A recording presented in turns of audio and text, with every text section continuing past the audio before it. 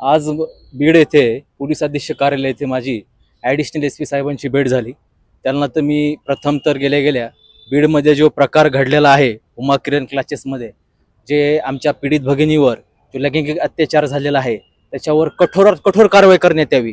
विजय पवार आणि खाटोरकर ह्यांचं काय जे स्कॅन्डल असन, ह्यांची काय टोळी असन, ही नेस्ताभूत करण्यात यावी आणि त्या दोघांची नार्को टेस्ट करून, त्या आरोपींची नरधावांची नार्को टेस्ट करून अजून किती जण ह्याच्यामध्ये आरोपी आहेत, अजून किती जण ह्याला सहकार्य करत होते आणि किती मुलींचे लैंगिक शोषण केलेत, बाल मुलींचे, त्यांची पण चौकशी झाली पाहिजे असा निवेदन दिलं.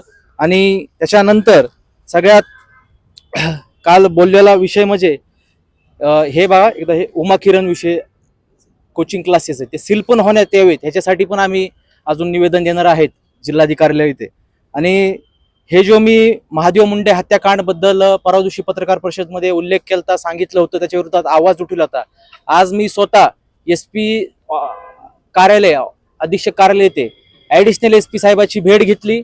हा भेट घेतल्यानंतर ॲडिशनल एस पी साहेबांनी माझं एस पी साहेबांशी फोनवर बोलणं करून दिलं. एस पी साहेब जालन्याला गेलेले आहेत कामानिमित्त.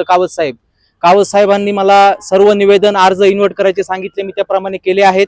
आणि हे जे काय महादेव मुंडे हत्याकांड झालेला आहे, हत्याकांडमध्ये जे मुख्य सूत्रधार वाल्मिक बाबूराव कराड आणि सुशील कराड ह्या आणि त्यांची टोळी ह्यांच्यावर गुन्हे दाखल करून, महादेव हत्याकांडमध्ये त्यांच्यावर 302 गुन्हे दाखल करून त्यांना अटक करण्यात यावे, एवढं मी त्यांना निवेदन दिलेलं आहे. हे काय, हे निवेदन जे आहे मी आपल्याला पण कॉपी देतो.